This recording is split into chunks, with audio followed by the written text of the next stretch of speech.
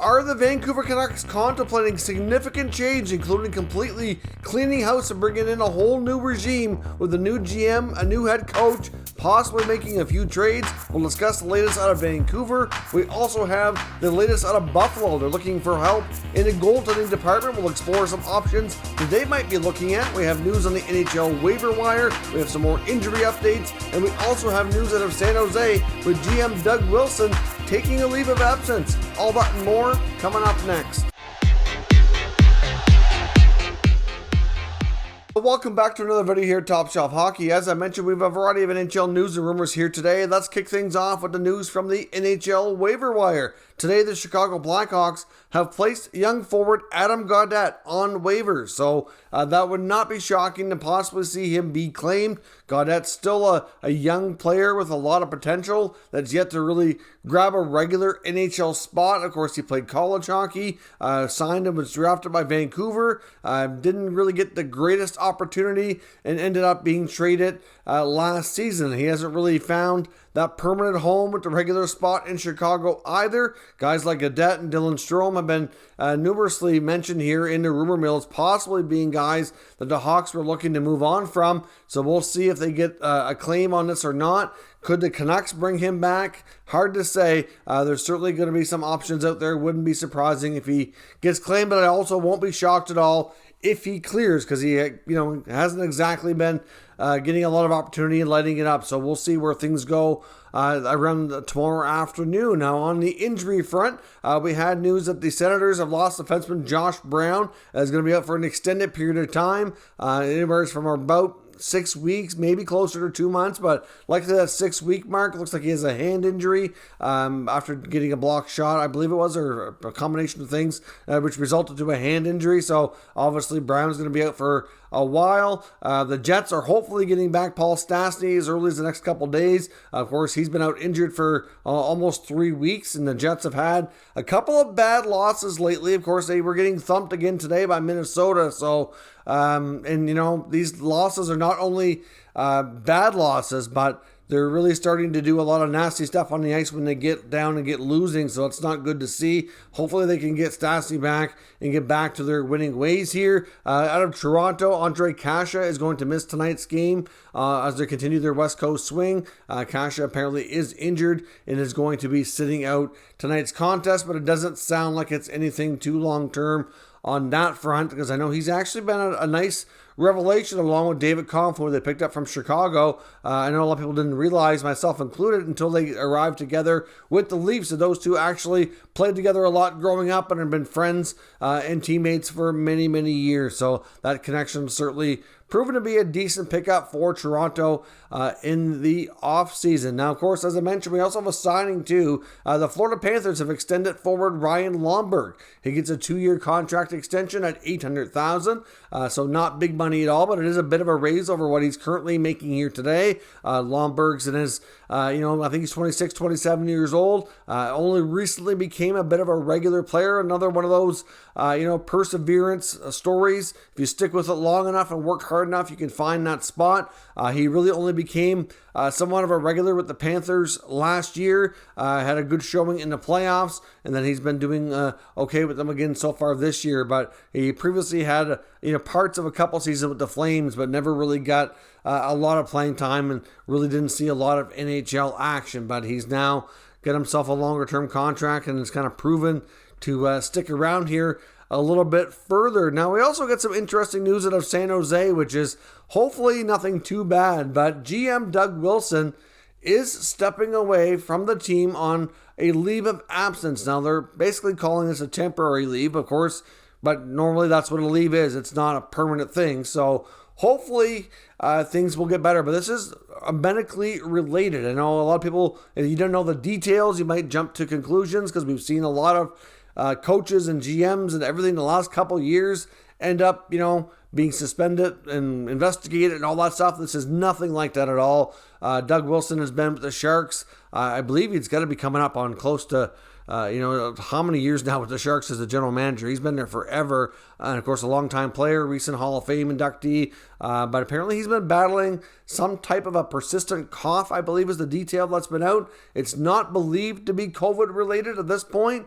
But at this point, he needs to take a leave away from the team and certainly, go through whatever testing he needs to do with his medical team to get things figured out so that he can resume work duties. One of his assistants will take over on the interim basis here while he's away from the team. Certainly, there's never a good time for a coach or GM or anybody of a significant role like that to be away from their franchise. But of course, we know that with the Evander Kane situation, I wonder how the team is going to handle that. And I'm sure Wilson can probably still give an opinion from afar here while he deals with this medical situation that he's hoping to recover from here. But again, we don't know exactly how long he's going to be away. But when it comes to Kane, like, his suspension's not that far away from being over. Is he going to be welcome back to the Sharks? Are they going to let him play?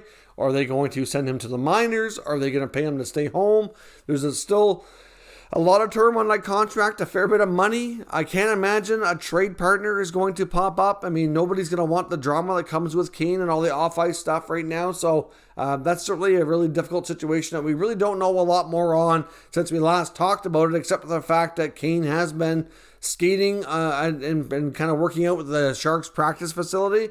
I believe he's been doing it on his own time, not with the Sharks' regular schedule, at least to the best of my knowledge there. But that'll be interesting to see what they do, because they seem to be in a much better spot when it comes to locker room and team morale and everything else, since that's all been, kind of removed here or off to the wayside. So we'll see where things go on that front. Now, we also got word from Darren Dreger today around Team Canada's plans for their coaching staff for the Spengler Cup, and essentially they're going to be like the backup situation in case the NHL players don't go to the Olympics. So the head coach for the Team Canada is going to be former bench boss Claude Julien, of course, who's been a head coach on multiple occasions with the Montreal Canadiens, Boston Bruins, and New Jersey.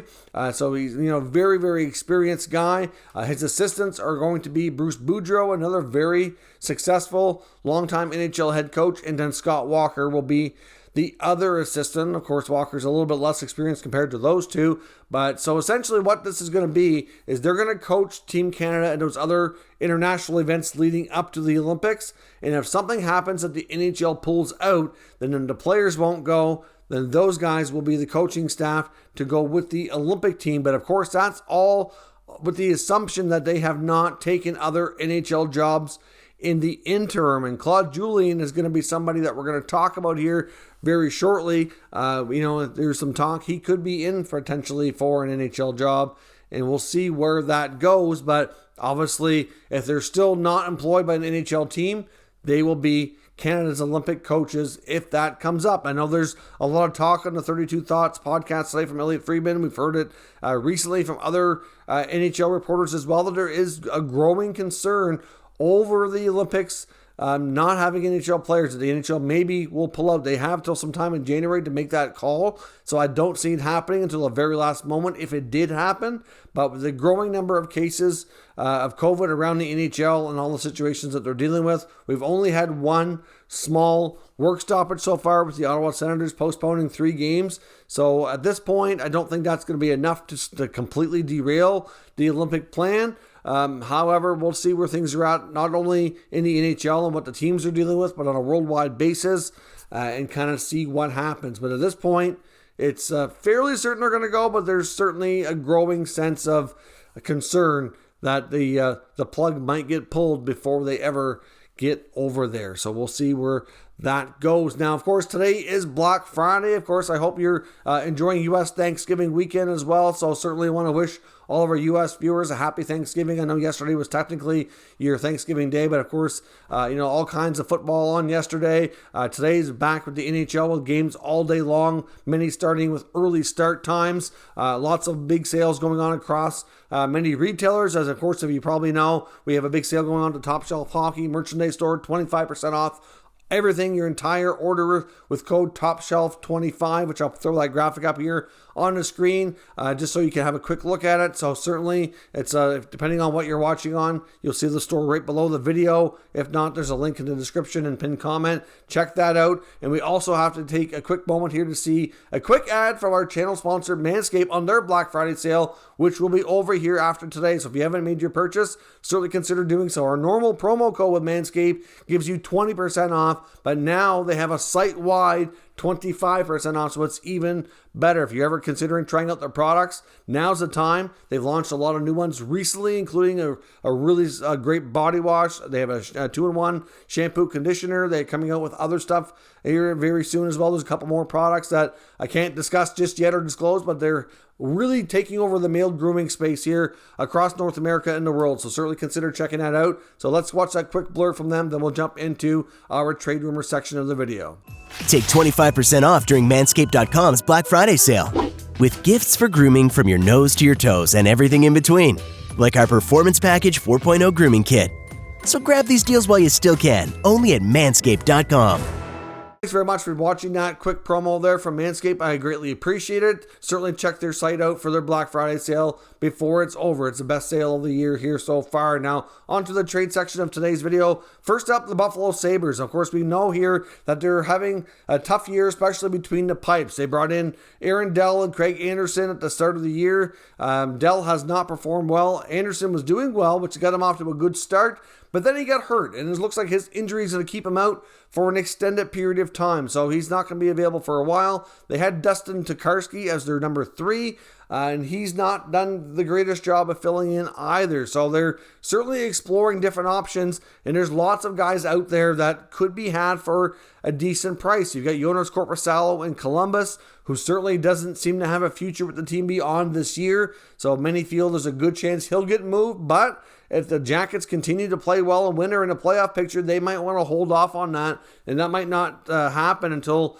later in the season if they do fall out of the playoff picture, or maybe he moves on in the offseason. You got Georgiev in New York with the Rangers. Again, if the Rangers are confident enough, they can bring up their goalie prospects here that are playing with their AHL system to fill in for him. Maybe that happens, or maybe they go on a different route. But we've known for a long time now that Georgiev would welcome a change of scenery, especially a place where he can get a chance to be a starting goalie. And in Dallas, too, you have to think there's a real chance now. We've been saying it all year that there's a good chance that somebody moves there. They've got Braden Holtby. They've got Anton Hudobin. They have Ben Bishop, and they have Jake Ottinger. They got 4 capable goalies. However, Bishop's been on the shelf all year. But he apparently is getting close to returning. We've seen reports that, they can't even afford to activate him because of the cap space. So we don't know how that's going to go. So between Holtby and Hudobin, good chance one of them gets moved. Recently, Jake Ottinger's been the guy holding down the fort, being their best goalie recently.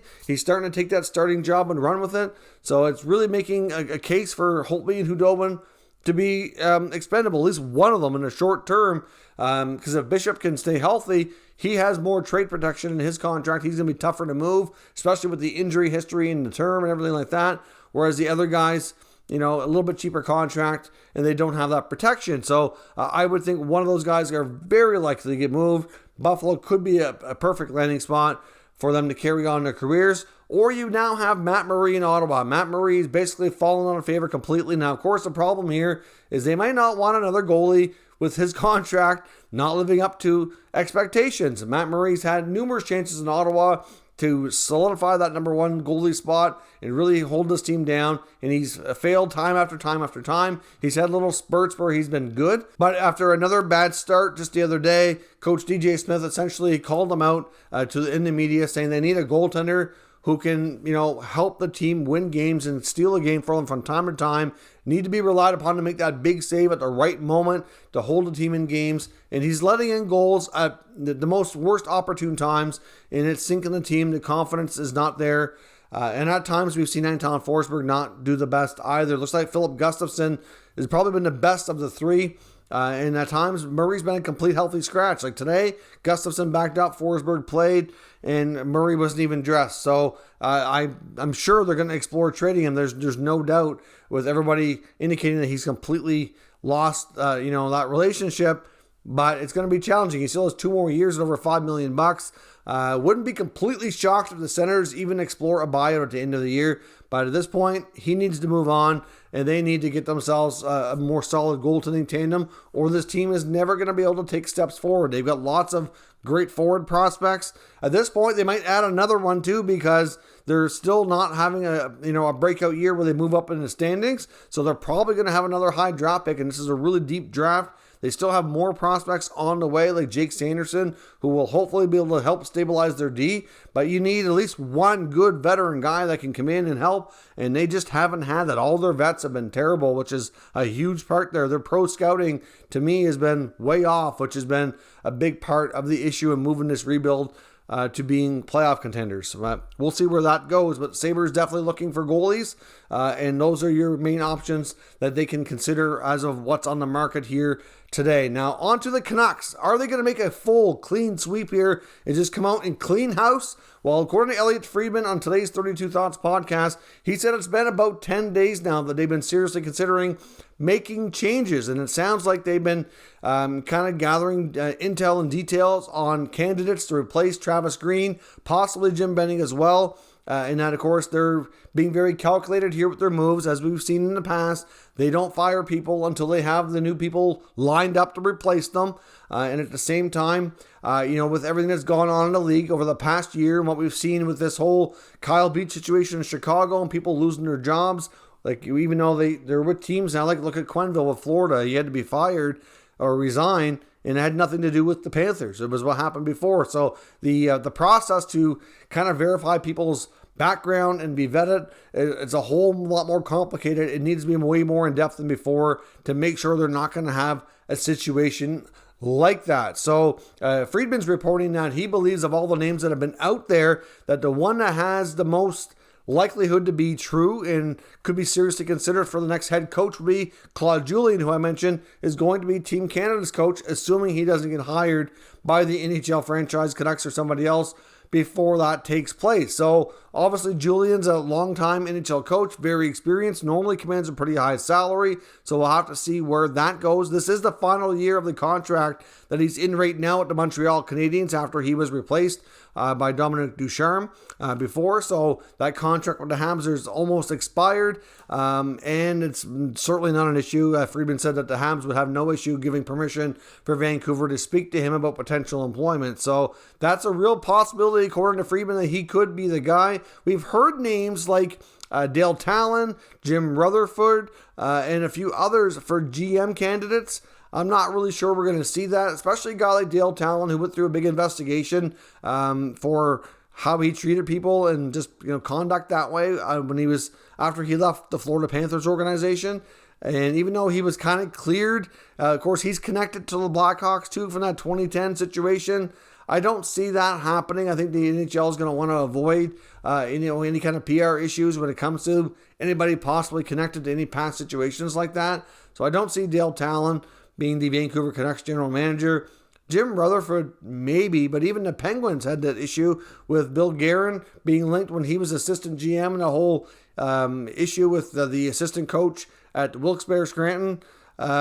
Technically Rutherford was at the helm when that happened. So even though his name wasn't really brought up during that whole process, but still, I don't know. I think it's going to impact their ability to be employed, to be completely honest. So I'm not sure what they're going to do in terms of a general manager. I know one name I'd be talking to would be Jeff Gorton myself. Gorton was doing, in my opinion, a great job at the Rangers organization when he was let go. And of all the guys that are, more recently working in the NHL in that role, he would be high on my list for potentially considered for a new opportunity. So we'll see where that goes. But Claude Julien, according to Elliotte Friedman, could be the next head coach when they remove Travis Green, because it looks like it's pretty much a given that it's going to happen.